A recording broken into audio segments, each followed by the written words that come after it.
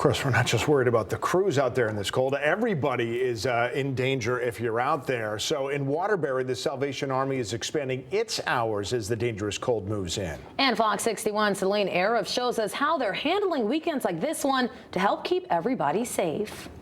You can see here that the Salvation Army normally limits their hours on the weekends, but I spoke to the manager who says they're changing it to be open 24 hours this weekend because it could be a matter of life and death.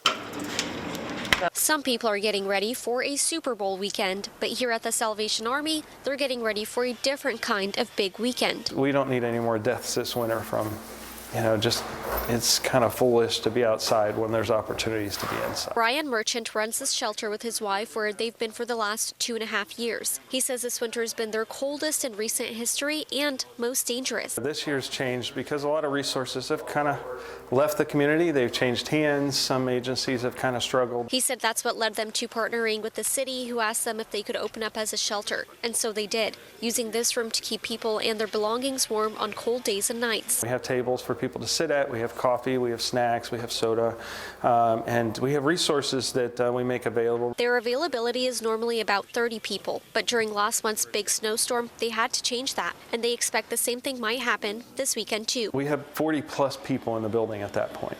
Gotcha, so you guys were definitely at max. Yeah, we were over the capacity that we initially had, but we didn't want people to be outside where it was unsafe. That means they bring in more staff for weekends like this and ask for more donations like socks and high-protein snacks to sustain everyone in need.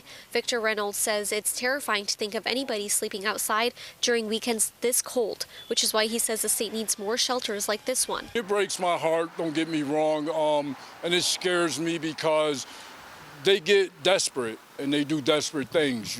Some of them throw a brick through the window to get locked up so they can go to jail for a few months. And if this isn't the closest shelter to you, there are others across the state. You can call 211 who can help you find them. In Waterbury, Celine Air, Fox 61.